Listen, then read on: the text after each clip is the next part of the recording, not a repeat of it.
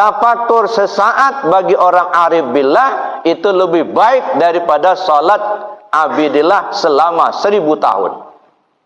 Kenapa? Karena kalau abid yang ditujunya pahala sama surga. Tapi kalau arif yang ditujunya Allah. Kalau dia sudah menuju Allah, surga milik Allah, pahala Allah yang ngasih. Nah, yang dikejar itu Allahnya gitu. Nah, di sini letak kualitas itu berbeda, Pak. Semalam lebih baik daripada 1000 bulan. Kenapa? Arif billah lebih baik daripada abidillah. Jadi perlu kita kejar gimana supaya kita jadi arif billah, bukan hanya abidillah. Banyak orang abid tetapi tidak arif. Yang kita maukan abid dan arif. Makanya saya katakan sama jamaah di Arafah, yang kita maukan apa? Abid zahirnya, arif batinnya. Bukan hanya rajin sholatnya saja, bukan. Tahu betul siapa yang dia sembah. Ya. Bukan hanya kenal hukum-hukum, tapi kenal Allah yang bikin hukum itu. Nah, disinilah letaknya. Jadi, kenapa satu malam lebih baik 1000 bulan? Karena antara arif dan abid. Ini isyaratnya apa ini? Allah menyuruh kita supaya sampai ke arif billah, Pak. Jangan hanya mengejar abidnya, arifnya. Kenal betul dengan Allah itu.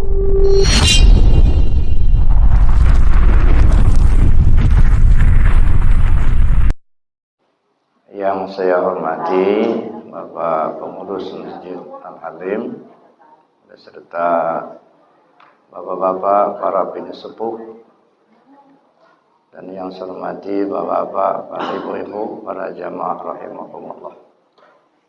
Alhamdulillah, bersyukur kita kepada Allah Subhanahu wa taala. Allah takdirkan di pagi hari ini kita dapat bersama-sama melaksanakan sholat subuh berjamaah. Dan insyaallah kita lanjut dengan ta'lim subuh. Mudah-mudahan aktivitas kita di pagi hari ini mendapatkan ridha dari Allah Subhanahu wa taala. Amin. Bapak Ibu yang saya hormati, pertama sebelum saya menyampaikan materi, perlu kita samakan persepsi dulu. Bahwa sasaran hidup yang akan kita capai ini adalah selamat kembali kepada Allah. Itu dulu yang perlu. Ya. Jadi kita tidak terobsesi mengejar pahala. Ya. Tidak terobsesi mengejar surga. Yang kita maukan bagaimana kita selamat kembali kepada Allah. Itu dulu yang perlu untuk kita tanamkan dalam hati. Ya. Makanya di dalam amaliyah tarekat yang sudah kita pelajari beberapa waktu yang lalu, selalu diawali ilahi anta maksudi. Ya Allah, engkau yang aku tuju. Jadi semua aktivitas kita itu selalu menuju Allah. Nah, jadi kita kesampingkan dulu ya menuju pahala, menuju surga gitu ya. Kalau urusan pahala itu urusan udah janji Allah, urusan Allah. Ya. Sebab itu tidak perlu diminta karena sudah dinyatakan Allah, "Fama ya'mal misqala dzarratin khairan yarah, wa ma ya'mal misqala dzarratin syarran yarah." Jadi enggak usah diminta. Sekecil apapun perbuatan baik yang kamu lakukan itu pasti dibalas. Jadi perbuatan baik dibalas namanya pahala. Sekecil apapun perbuatan jahat yang kau lakukan pasti dibalas. Balasannya namanya dosa. Jadi artinya setiap perbuatan kita baik atau buruk ada balasannya. Makanya nggak perlu diminta. Ya, jadi bukan itu tujuan. Ibadah kita lakukan bukan untuk mengejar pahala, bukan. Sebab itu sudah menjadi janji Allah. Nah, kita perbanyak saja perbuatan baik sehingga pahala kita banyak. Ya, kita hindari jauh-jauh perbuatan tidak baik sehingga kita tidak mendapat dosa, gitu aja. Itu satu. Yang kedua, kalau urusan surga itu urusan pemberian Allah, rahmat Allah. Ya, kita minta, memang kita butuh, kan kata Rasulullah, 4 hal yang perlu kamu minta. Minta katanya. 2 kamu butuhkan dan yang 2 lagi kamu hindarkan. Ya. Yang kamu butuhkan itu pertama surganya Allah. Ya, jadi ridho Allah dulu. Yang pertama ridho Allah, yang kedua surganya Allah. Itu yang kita butuhkan. Ya. Yang ketiga, yang 3, yang 4 itu kita hindarkan. Ya. Pertama kita minta supaya dihindarkan dari murkanya Allah. Dan yang kedua kita minta dihindarkan dari azab neraka. Maka kalau dikalimatkan selalu kita baca Allahumma inna nas'aluka ridhoka wal jannah wa na'udzubika min syakhatika wan nar. Maka kita minta supaya diridhai, minta supaya dikasih surga. Minta supaya jangan dimurkai Allah, minta supaya jangan masuk neraka. Itu yang kita minta. Tapi tujuan bukan itu. Tujuan kita mesti kembali ke Allah. Ini yang harus kita pegang teguh itu. Ya, jangan bergeser. Kenapa? Karena angan-angan yang kita tanam selama hidup akan terbawa-bawa sampai mati. Nah, jadi khawatir kalau yang kita tuju surga saja misalnya, karena di surga itu banyak bidadarinya. Ya, yang bayang-bayang kita surga aja, khawatirnya kita kesasar, Pak. Ya, begitu ruh kita sudah keluar dari jasad, kemana diri akan dibawa? Ya, sebab perjalanan hidup ini batasnya kematian. Nah, begitu kita sudah meninggalkan dunia ini, untuk itu ada 4 alam yang akan kita lewati. Nah, makanya perlu kita kaji lebih jauh. Ini yang disebut dengan perlu tahu rute perjalanan. Pertama, alam ruhiyah. Yang kedua itu disebut dengan alam siriyah. Yang ketiga alam nuriyah. Yang keempat alam uluhiyah. Nah, 4 alam ini yang akan kita lewati. Ya, untuk sampai ke kampung asal kita disebut dengan alam lahut itu. Nah, jadi khawatir karena angan-angan kita selama hidup surga aja itu. Nanti di perjalanan ada ngelihat kayaknya indah betul surganya. Nah, lalu ada yang manggil-manggil, Pak, sini Pak, kami bidadari yang Bapak cari. Harum semua Pak, orangnya cantik-cantik di situ. Kelihatannya indah betul. Inilah surga Pak, katanya. Mampir kita di situ, udah tergelincir Pak. Ya, nggak sampai kita ke Allah. Masuk ke situ, rupanya bukan surga Pak, itu tipuan. Begitu kita masuk, nggak jadi sampai ke Allah, turun ke bumi jadi kuntilanak. Nah, ini kesasar jadinya. Ya, makanya dari awal dulu saya katakan, angan-angan yang kita perlu tanamkan dalam hati dari sekarang, ilahi anta maksudi. Ya Allah, kau yang kutuju. Jadi besok ada yang mengajak, Pak, sini Pak, kami bidadari yang Bapak cari, ini surga yang Bapak maukan. Enggak, saya enggak mau surga, saya enggak mau bidadari, yang saya maukan Allah. Nah, datang lagi ada orang, misalnya banyak gangguan-gangguan itu. Nah, makanya saya bilang, sebelum kita meninggalkan dunia ini perlu 4 kita ketahui dulu. Yang pertama, kemana alamat yang akan kita tuju? Mau kemana kita ini? Ya, hidup ini mau kemana? Sudah mati mau kemana kita? Sebab begitu ruh sudah keluar dari jasad, ibarat bak kata orang, dilihat langit tak bertiang, dilihat laut tak bertepi. Terangnya lebih terang dari 1000 matahari, tapi tak jelas dari mana arah terangnya. Sehingga kita pun tak tahu mana yang barat, timur, utara, selatan, nggak tahu lagi itu.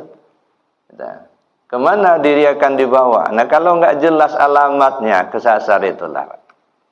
Makanya selalu saya tanamkan, jangan bergeser. Ilahi anta maksudi. Ya Allah, kau yang kutuju. Aku nggak nuju-nuju yang lain, enggak. Hanya engkau yang kutuju. Wa ridhaka matlubi, ridhamu yang kuharapkan. Nah, inilah ibarat rel kereta api. Ini rel ibadah. Nah, jangan bergeser. Bergeser dari 2 ini tergelincir. Ya. Ilahi anta maksudi wa ridhaka matlubi. Itu pertama. Harus tahu alamat dulu, kemana kita pergi sesudah mati. Mesti kembali ke Allah, bukan kemana-mana.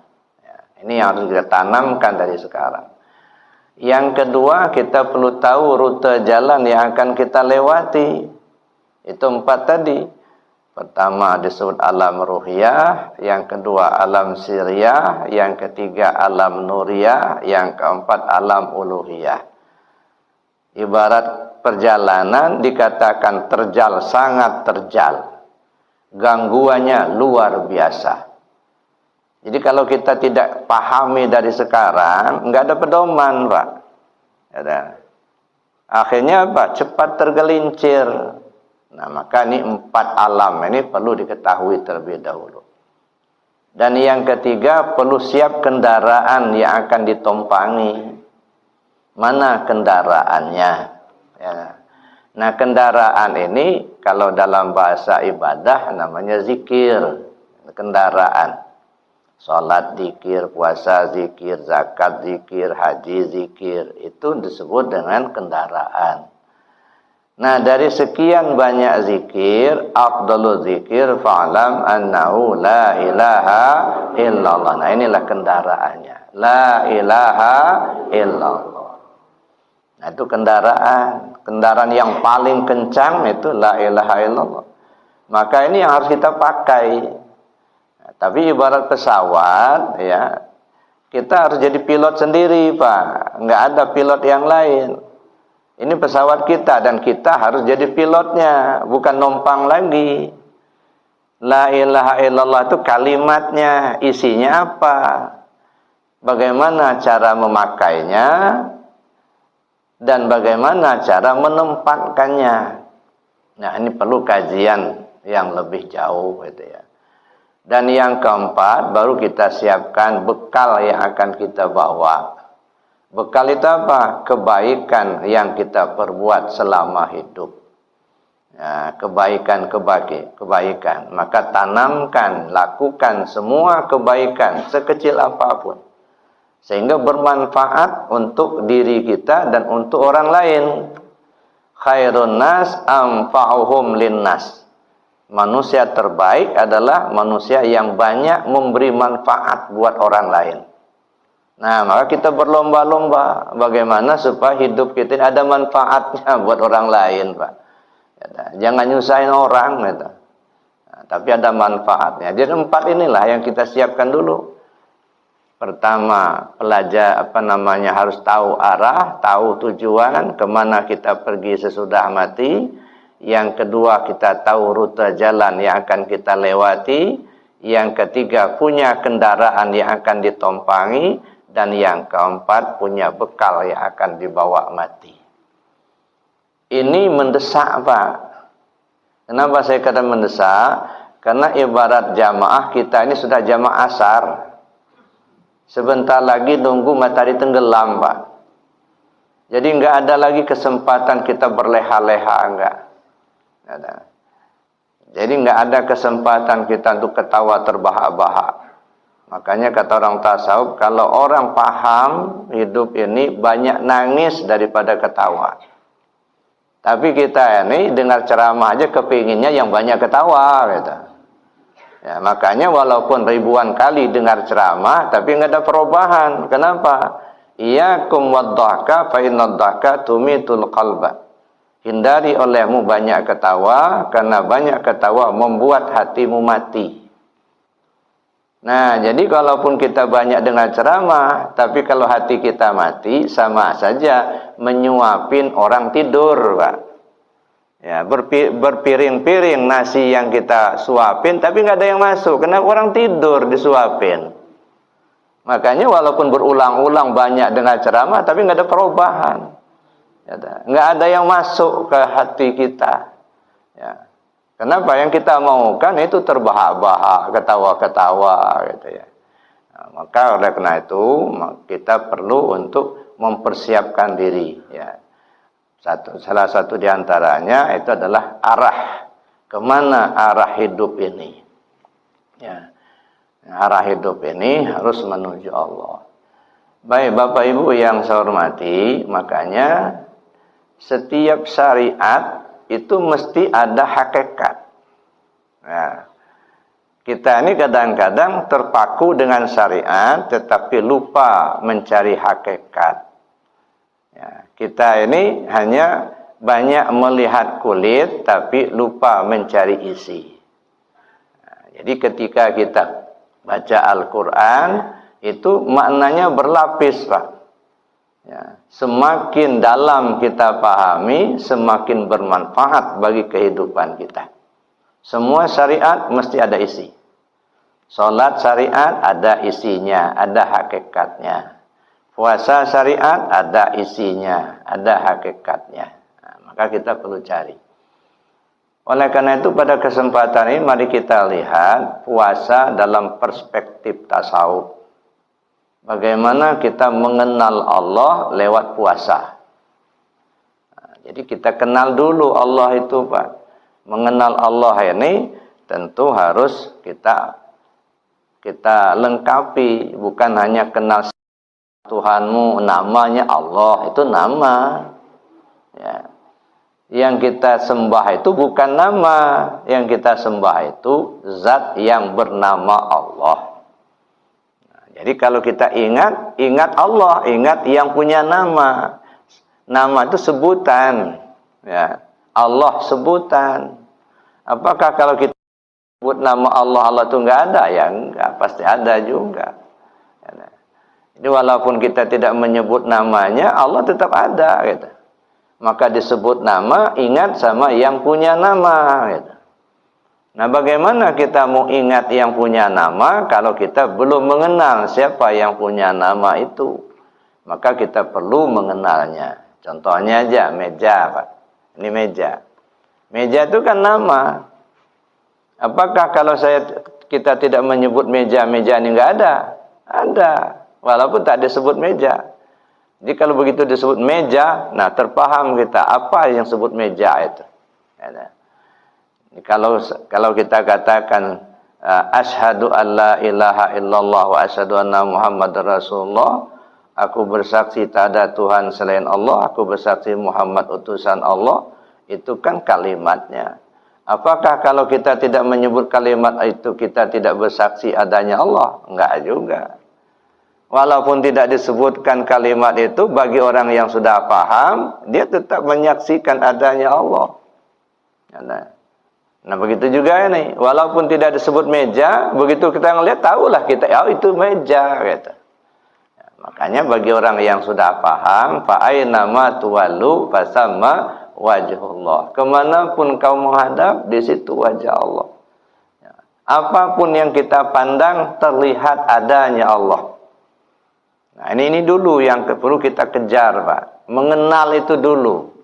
Awwalu wajibin 'alal insani ma'rifatul ilahi bistiqani. Kewajiban pertama bagi manusia itu adalah mengenal Tuhannya dengan penuh keyakinan. Kenal dulu. La yasihul ibadah illa bima'rifatil ma'bud. Tak sah ibadah tanpa mengenal siapa yang kau sembah. Nah, maka perlu kita kenali dulu.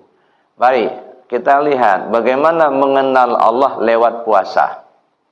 Nah, ketika kita bicara puasa, ini ada puasa dalam pengertian syariat, ada puasa dalam pengertian hakikat. Kalau Syekh Abdul Qadir Jailani qaddasallahu sirrul aziz, beliau mengatakan puasa itu ada puasa syariat, ada puasa tarekat, ada puasa hakikat. Nah, 3 tingkatan puasanya. Puasa syariat, puasa tarekat, puasa hakikat. Dengan makna yang sama, istilah yang berbeda. Imam Ghazali ya radhiyallahu anhu beliau mengatakan ada puasa awam, ada puasa khawas, ada puasa khawasul khawas. Sama sebenarnya, istilahnya aja yang berbeda.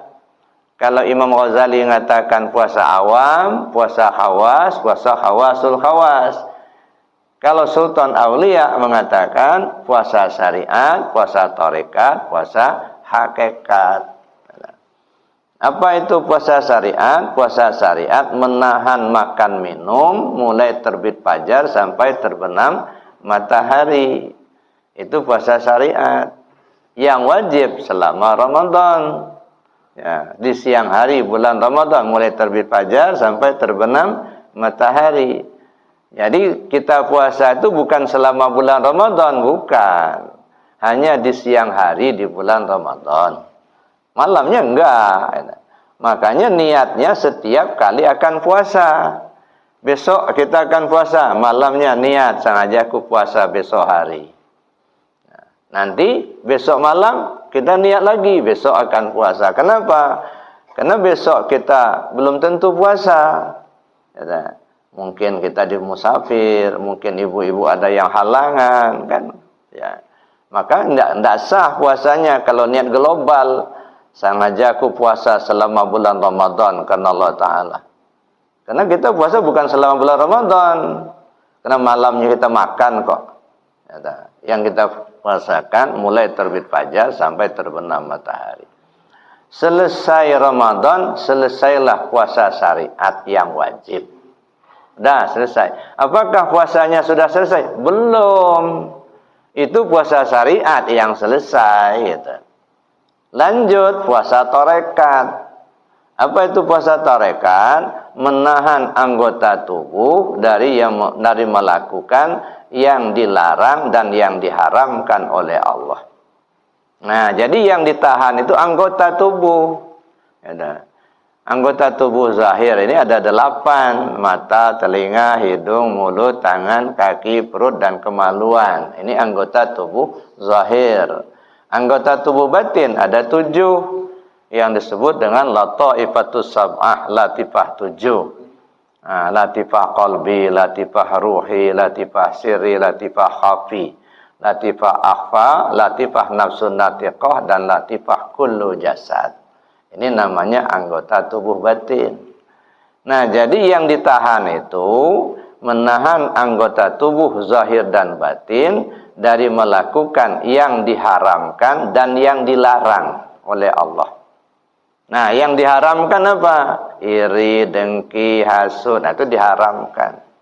Nah, yang dilarang judi, maling, itu dilarang. Nah, jadi selama hidup, makanya puasa syariat itu muwaqqatah, berwaktu. Puasa tarekat muabbadah, selama hidup.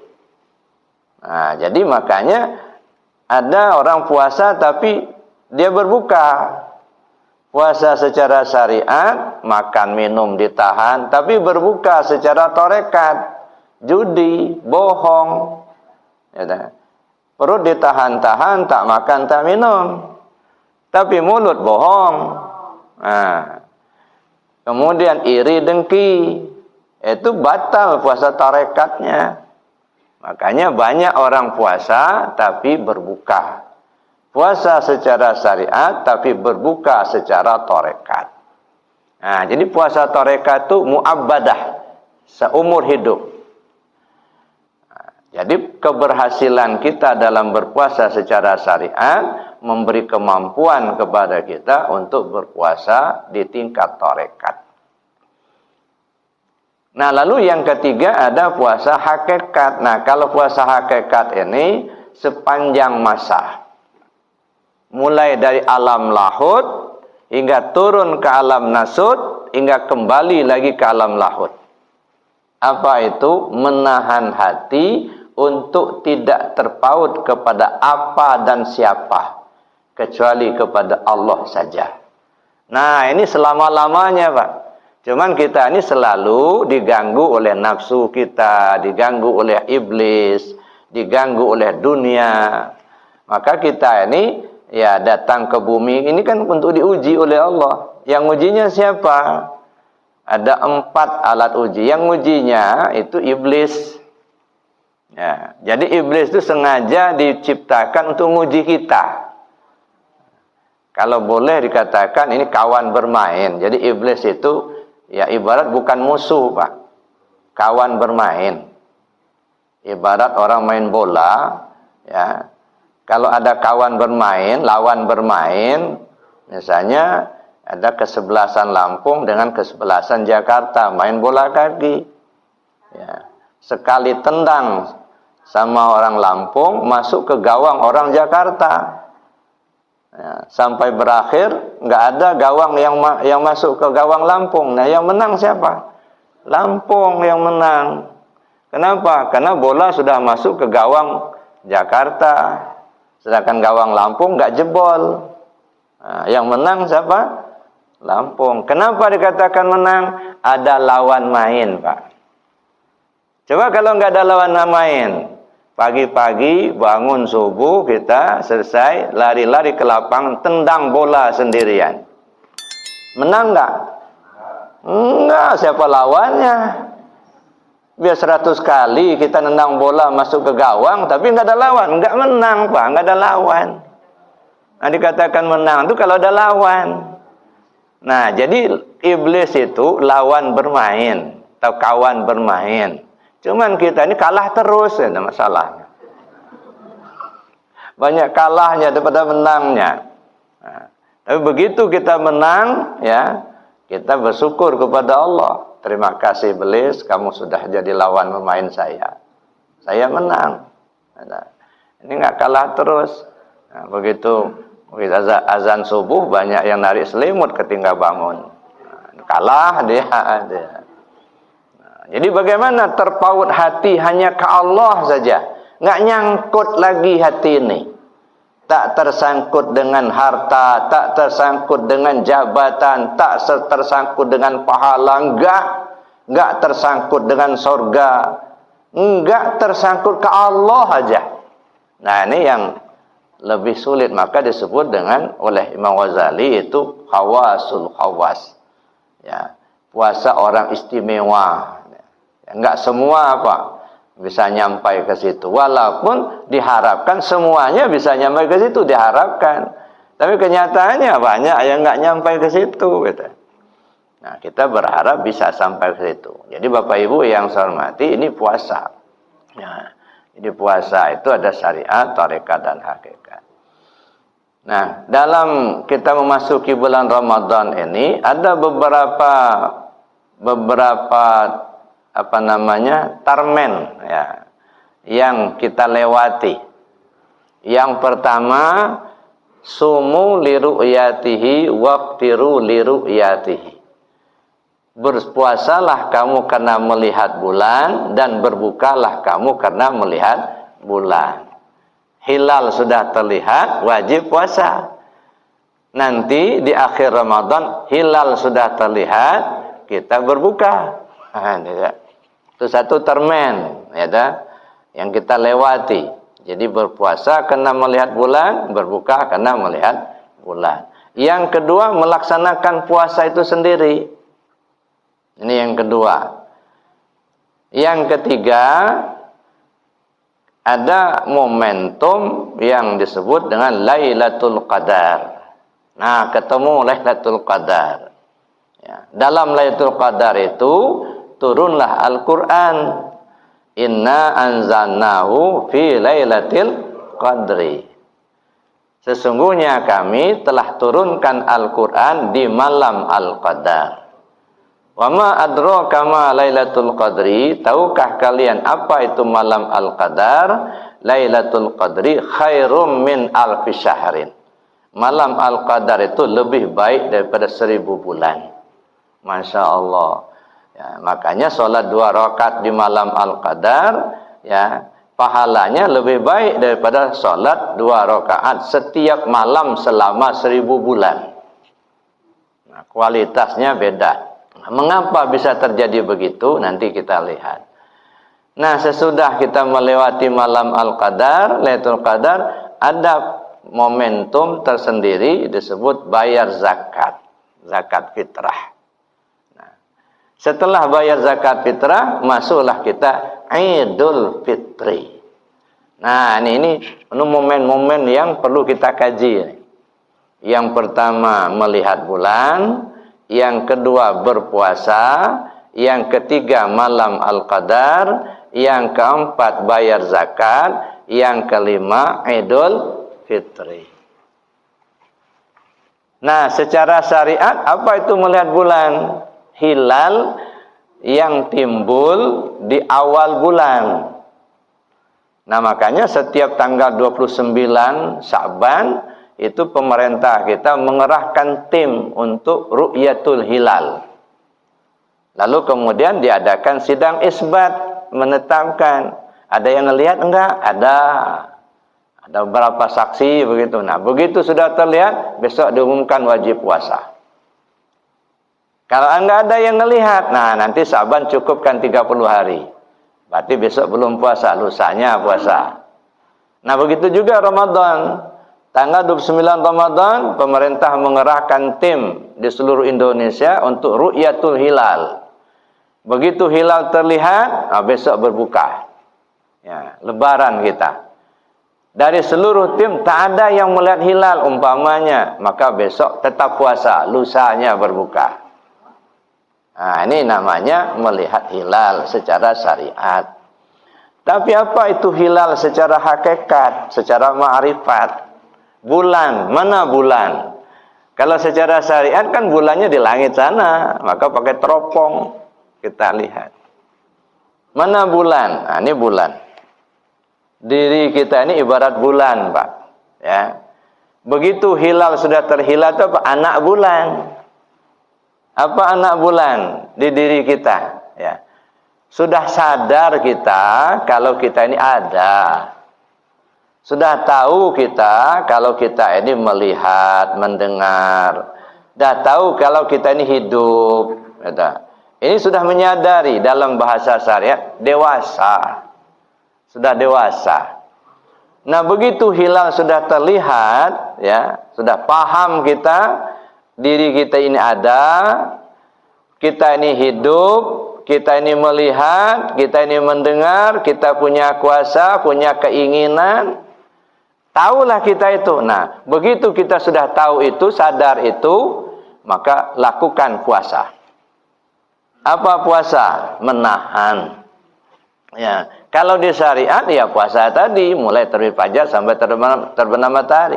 Secara hakikatnya apa? Menahan, belajar menahan. Tahan, jangan ngaku-ngaku kita ini hidup. Tahan, jangan ngaku-ngaku kita ini yang berilmu. Tahan, jangan ngaku-ngaku kita yang kuasa. Lalu bagaimana? Yang hidup itu Allah, yang kuasa itu Allah, yang melihat Allah, yang mendengar Allah, yang kodrat, yang berkuasa, yang berkehendak, yang berkalam itu Allah. Nah, belajar menahan. Ya, artinya kita sudah mulai dewasa, sudah mulai tahu, sadar kita ini. Ya, mulai kita belajar menahan. Bukan aku yang hidup itu Allah. Bukan aku yang berilmu itu Allah.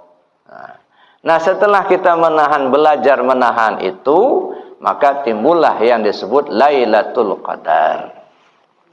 Ya.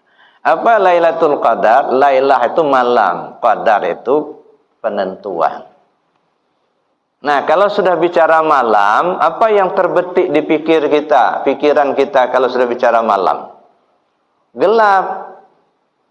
Kalau bicara siang, terang. Jadi kalau malam, gelap. Apa itu gelap? Enggak tahu. Itu namanya gelap. Enggak tahu mana halal, mana haram. Itu gelap. Enggak jelas mana muhdas, mana qadim. Gelap. Ya. Mana yang hakullah, mana yang hak Muhammad, mana yang hak Adam, enggak tahu, gelap. Nah, ketika masih dalam keadaan gelap begitu, di malam Al-Qadar turun Al-Qur'an. Apa itu Al-Qur'an? Wahyu Allah. Untuk apa? Petunjuk buat manusia. Ya. Syahrul Ramadan alladzi unzila fihil Qur'an hudal linnas, petunjuk. Artinya begitu kita sudah sadar, kita enggak tahu, kita enggak ngerti, kita belum kenal Allah, kita minta kepada Allah, kita berdoa kepada Allah, datanglah petunjuk. Ya, yang tadi tidak taat menjadi taat. Nah, itu lailat, itu qadar, ketentuan Allah. Yang tadinya dia anti zikir, rajin dia zikir. Yang tadinya anti tasawuf, belajar tasawuf dia. Nah, ini namanya sudah mendapatkan petunjuk. Lailatul Qadar. Ada petunjuk untuk menjadi lebih baik. Ya. Nah, petunjuk ini bertahap. Ada petunjuk secara syariat. Yang tadi enggak sholat menjadi sholat. Yang tadinya senang maling, enggak mau lagi dia maling. Gitu ya. Ini petunjuk. Yang tadi enggak taat menjadi taat. Ini petunjuk dalam konteks syariatnya. Nanti ada petunjuk masuk ke dalam. Ya. Yang tadi tak kenal Allah, mulai belajar dan ingin mengenal Allah. Yang tadinya terobsesi ke pahala aja, bagaimana supaya terobsesinya ke Allah aja. Gitu. Nah, lebih lurus lagi. Ini petunjuk. Nah, makanya Al-Qadar itu, ya, ketentuan. Ketentuan apa? Terang. Kalau sudah ditentukan terang kan, misalnya begini Bapak Ibu, kita sebelum pengurus menentukan ada pengajian subuh, ya, setiap hari Senin pertama, ya, di Al-Halim, kan masih gelap. Pokoknya kita datang nggak ada pengajian. Begitu pengurus menentukan, subuh Senin pertama pengajian dengan Buya, udah, nah, begitu sudah ditentukan, nah terang. Jelas, oh Senin pertama pengajian. Gitu. Jadi setiap sudah ada ketentuan menjadi terang. Allah tentukan, ya, Allah beri petunjuk kita sehingga jelas, ya, jelas arahnya, jelas apa yang harus kita lakukan. Ya. Nah, ini namanya Al-Qadar. Nah, kalau secara ibadah, nah ibadah namanya amaliyah, Pak. Intikaf kita di masjid itu ibadah, gitu ya. Nah, lalu kemudian kita perbanyak baca Quran. Maka ada satu tambahan lagi. Mulai tanggal 21, mulai malam tadi. Ya, mulai malam 21 sampai berakhirnya nanti, kita disunahkan untuk melaksanakan sunat Lailatul Qadar. Salat sunat Lailatul Qadar. Jadi bukan hanya intikaf duduk nongkrong aja. Salat sunat Lailatul Qadar. Usolli sunnatan Lailatul Qadri raka'ataini lillahi ta'ala. Nah, jadi waktunya kapan? Setelah sholat Isya atau setelah sholat Tarawih. Nah, sholat sunat Lailatul Qadar. Berapa rakaat? 4 rakaat, 2 kali salam. Setiap rakaatnya baca ayat At-Takatsur 1 kali, Al-Ikhlas 3 kali.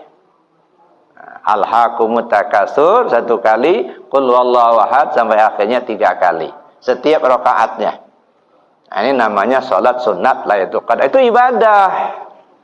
Ya, bukan pemahaman, itu ibadah yang pertambahan-tambahan amaliyah. Ya, mau baca Quran ya baguslah, mau intikaf ya bagusnya ya begitu gitu. Tapi pemahaman ini penting. Ya, Lailatul Qadri khairum min alfi syahr. Malam Al-Qadar itu lebih baik daripada 1000 bulan. Ini kan cerita awalnya, ya. Kan di zaman dulu Bapak Ibu, Rasul itu cerita kepada para sahabat. Kata Rasul sallallahu alaihi wasallam, di zaman dulu ada seorang hamba Allah yang di siang hari dia berperang melawan musuh, dan dia di malam hari dia tekun ibadah kepada Allah. Lamanya 1000. Nah, 1000 bulan itu hitung-hitungnya sekitar 83 tahun, Pak. Sedangkan umur umat Muhammad ini ya standarnya sekitar 60-an. 60-70, ya. Sedangkan si hamba Allah tadi selama 83 tahun atau 1000 bulan dia siang hari melawan musuh, di malam hari tekun ibadah. Sehingga sahabat-sahabat tergiur. Bagaimana kita ini? Bisa enggak kita seperti itu, sedangkan umur kita ini pendek-pendek gitu. Dan para sahabat itu dijawab oleh Allah, turunlah ayat ini. Inna anzalnahu fi lailatul qadar. Kami turunkan Al-Qur'an pada malam Al-Qadar. Al-Qadar itu, malam Al-Qadar itu lebih baik daripada 1000 bulan. Jadi kalau kalian ibadah di dalam malam Al-Qadar, itu pahalanya lebih baik daripada selama 1000 bulan. Seperti dilakukan hamba Allah tadi. Nah, ini makanya selalu terobsesi kita ngejar pahalanya. Banyak baca Quran, banyak ibadah, banyak intikafnya. Ya, yang kita kejar itu pahalanya. Ya bagus-bagus saja namanya ibadah. Tapi pemahamannya, mengapa satu malam kok lebih baik daripada 1000 bulan? Sudahkah kita berpikir seperti itu? Sebabnya apa? Ya. Ini ibadah semalam lebih baik daripada ibadah selama 1000 bulan loh. Apa penyebabnya? Nah, kalau apa penyebabnya, mulailah kita melihat apa hadis Nabi, ya. Anta abudallah ka'annaka tarahu fa illam takun tarahu fa innahu yaraka.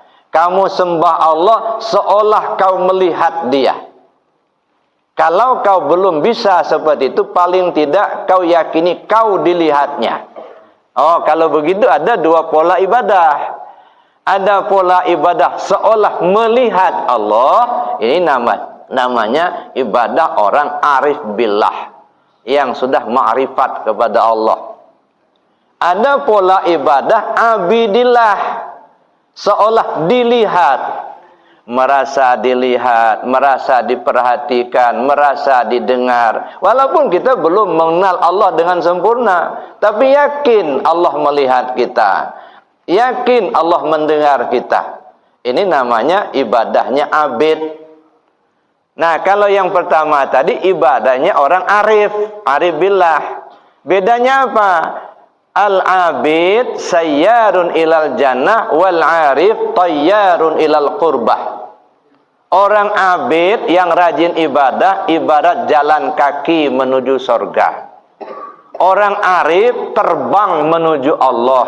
Nah, beda. Jauh beda. Makanya semalam itu lebih baik 1000 bulan. Maksudnya apa? Ibadahnya orang arif billah dalam satu malam itu lebih baik daripada ibadahnya abidillah selama 1000 bulan. Bahkan ada yang lebih dahsyat lagi, Pak. Tafakkur sa'atan khairum min salati alfi sanah. Tafakkur sesaat bagi orang arif billah itu lebih baik daripada salat selama 1000 tahun. Bukan 1000 bulan lagi, Pak. Tafakkur, bukan semalam. Tafakkur sa'atan khairum min salati alfi sanah. Tafakkur sesaat bagi orang arif billah itu lebih baik daripada salat abidillah selama 1000 tahun. Kenapa? Karena kalau abid yang ditujunya pahala sama surga. Tapi kalau arif yang ditujunya Allah. Kalau dia sudah menuju Allah, surga milik Allah, pahala Allah yang ngasih. Nah, yang dikejar itu Allahnya gitu. Nah, di sini letak kualitas itu berbeda, Pak. Semalam lebih baik daripada 1000 bulan. Kenapa?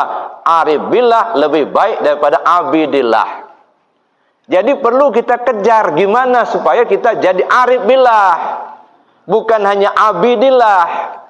Banyak orang abid tetapi tidak arif. Yang kita maukan abid dan arif. Makanya saya katakan sama jamaah di Arafah, yang kita maukan apa? Abid zahirnya, arif batinnya. Bukan hanya rajin sholatnya saja, bukan. Tahu betul siapa yang dia sembah. Ya. Bukan hanya kenal hukum-hukum, tapi kenal Allah yang bikin hukum itu. Nah, disinilah letaknya. Jadi, kenapa satu malam lebih baik 1000 bulan? Karena antara arif dan abid.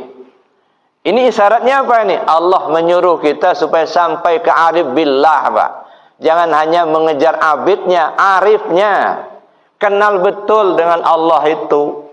Ya, supaya kualitas ibadah kita lebih baik. Nah, setelah kita kenal Allah, dapat petunjuk, itulah Lailatul Qadar. Ya. Jadi jangan terbayang kita kalau dapat Lailatul Qadar itu jadi dukun, Pak. Ya. Sudah selepas dari Lailatul Qadar itu, ya, apa namanya, yang gelap-gelap bisa kelihatan terang, ya. Enggak begitu, enggak. Jadi maksudnya gelap-gelap kelihatan terang itu apa? Ya tadinya enggak tahu menjadi tahu, kan gitu kan. Bukan gelap itu malam kayak malam itu, gitu. Nah, itu pemahaman. Nah, setelah kita mendapatkan petunjuk seperti itu, sehingga kita sudah masuk kepada arif billah, mengenal Allah, lalu masuklah kita ke termen berikutnya, bayar zakat fitrah. Apa itu zakat? Diberikan, ya. Yang diberikan zakat fitrah itu diberikan kepada mustahik. Apa itu mustahik? Yang berhak menerima. Wa anfiqu mimma razaqnakum min qabli an ya'tiya ahadakumul maut. Infakkan apa yang Allah berikan kepadamu sebelum ajalmu datang. Infakkan. Nah, jadi ini isyarat daripada zakat fitrah tadi. Ya, jadi zakat fitrah itu diberikan kepada si mustahik. Tapi kan yang diberikan Allah pada kita kan bukan harta saja, Pak. Nah, cuman kita ini kadang-kadang kalau sudah bicara infak, ya konotasinya ke duit gitu. Ke harta, bukan, Pak.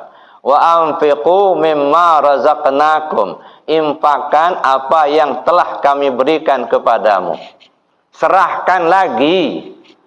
Kepada siapa diserahkan? Kepada yang berhak menerima. Siapa yang berhak menerima? Yang punya. Siapa yang punya? Ya Allah. Apa yang Allah berikan kepada kita? Banyak. Nah, di diri kita saja, hayat pemberian Allah, basar melihat pemberian Allah. Kita mendengar sama pemberian Allah, kita tahu ilmunya Allah. Nah, sekarang serahkan sebelum ajal kita tiba. Wa anfiqu mimma razaqnakum min qabli an ya'ti ahadakumul maut. Serahkan apa yang Allah berikan kepadamu sebelum ajalmu datang. Nah, bagaimana nyerahkan? Nah, ini mengembalikan pinjaman. Dalam bahasa tasawuf ini disebut mengembalikan pinjaman. Kita diberi Allah pinjaman melihat. Mata kita melihat. Apa punya kita? Bukan punya Allah. Nah, serahkan. Ini basar Allah. Bukan punya saya, bukan. Kita hidup dengan siapa nih? Hayat Allah. Kalau begitu hayat punya siapa? Punya Allah. Nah, sehingga kembalikan semua. Ya, dalam bahasa tasawuf, la qadirun, la muridun, la sami'un, la basirun, la mutakallimun bil haq illallah. Tak ada yang hidup melainkan Allah. Tak ada yang tahu melainkan Allah. Tak ada yang melihat melainkan Allah. Tak ada yang mendengar melainkan Allah. Tak ada yang berkalam melainkan Allah. Nah, ini diserahkan. Begitu sudah diserahkan semua, barang diserahkan kan nggak punya lagi kita.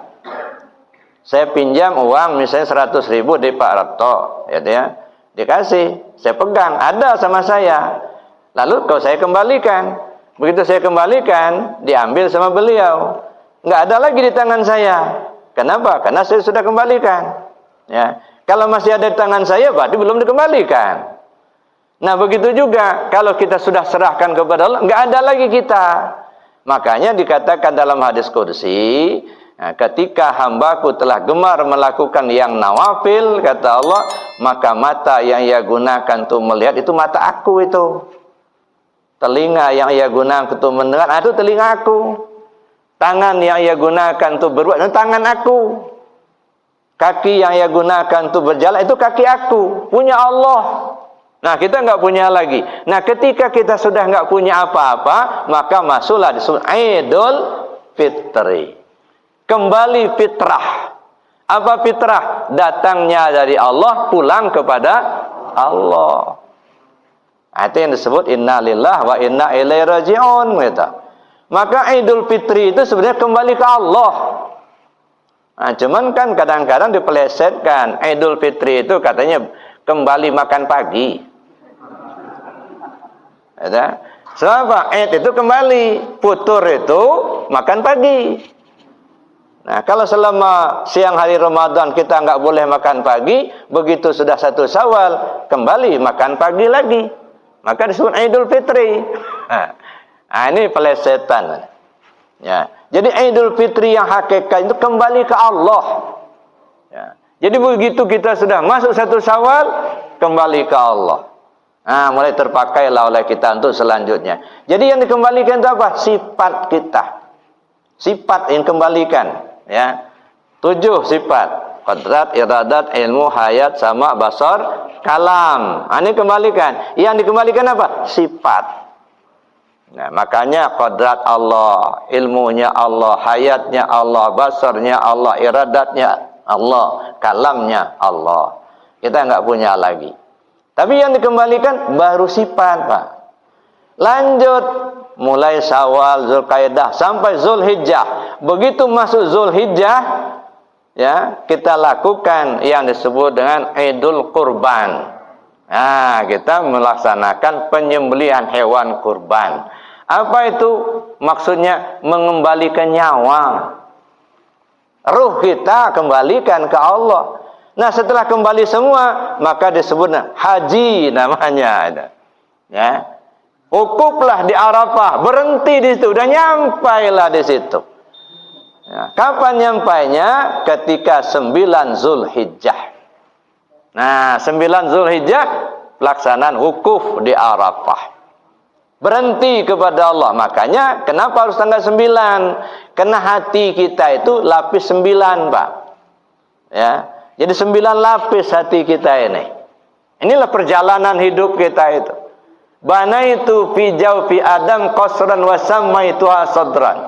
Saya bangun sebuah istana di dalam tubuh Adam itu yang kuberi nama As-Sudur. Itu lapis pertama itu. Hati lapis pertama. Dalam sudur ada qalab, lapis kedua. Dalam qalab ada fuad, lapis ketiga.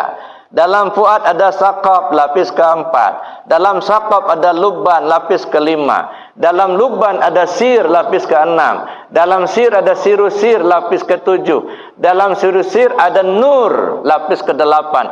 Dalam nur ada aku, kata Allah, la ilaha illa ana. Tak ada Tuhan selain aku, lapis ke-9.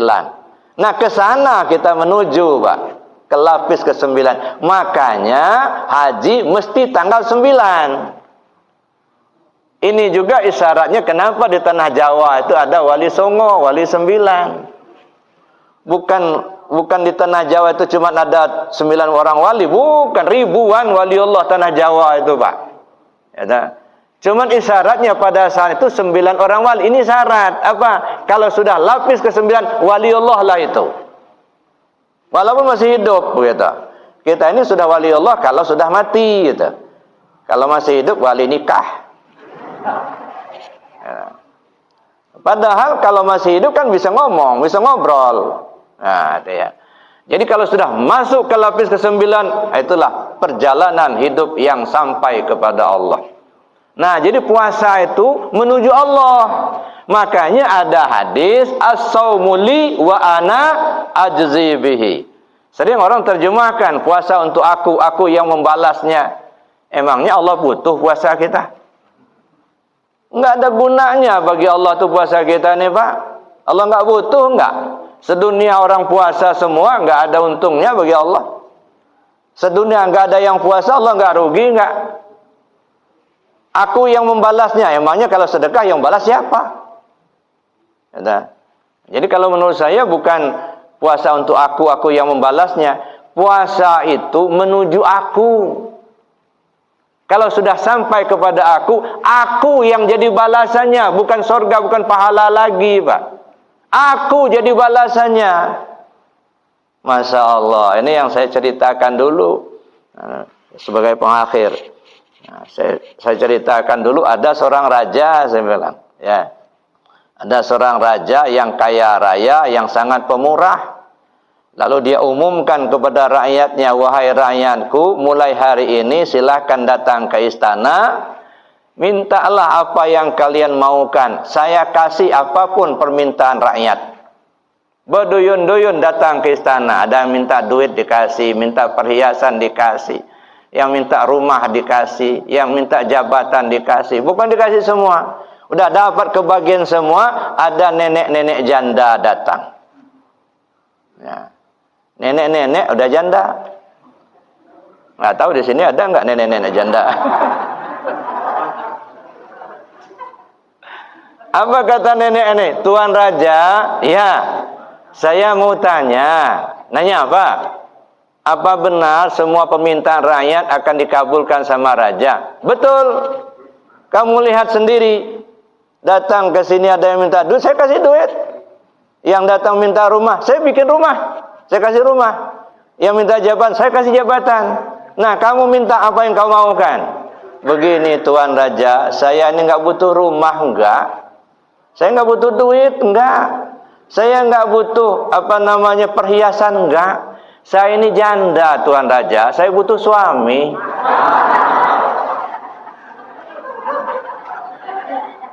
Karena itu saya minta Tuan Raja nikahi saya. Kata si nenek tadi. Karena janji sudah terucap, apapun permintaan rakyat dikabulkan, ya terpaksa Raja nikah sama nenek.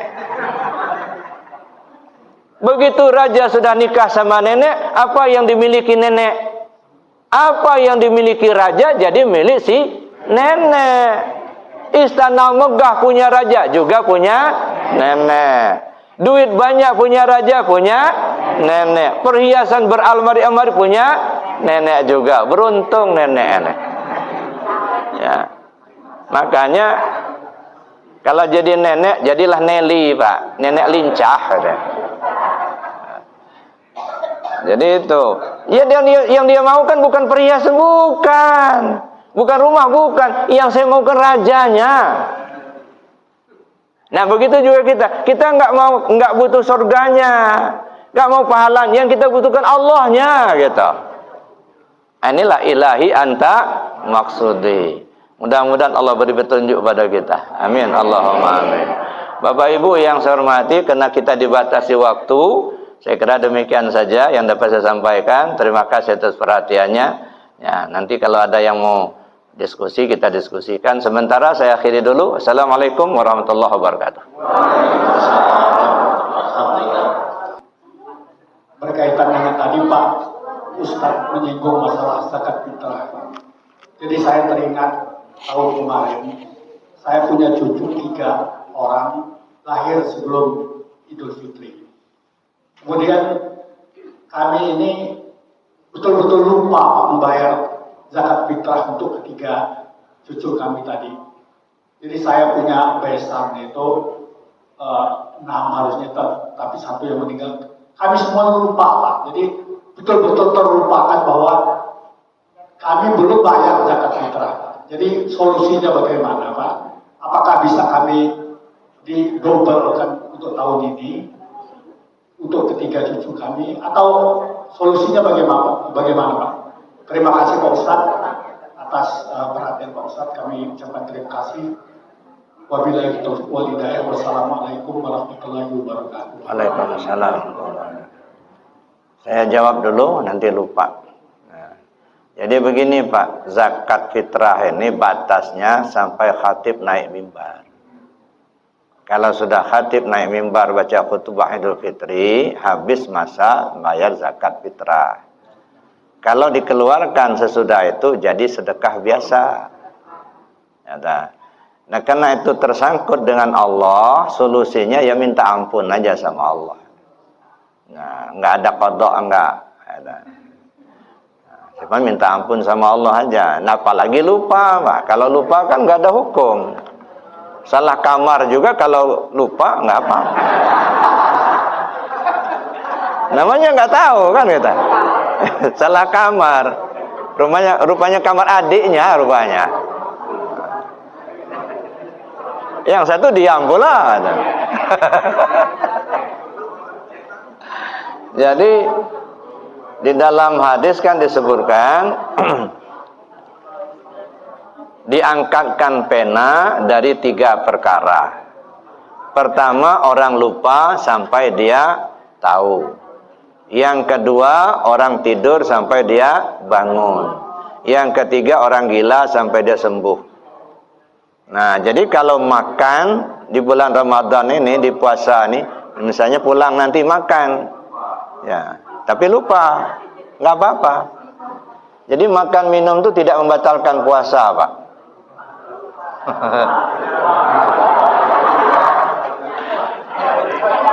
Makan minum tidak membatalkan puasa. Yang membatalkan puasa itu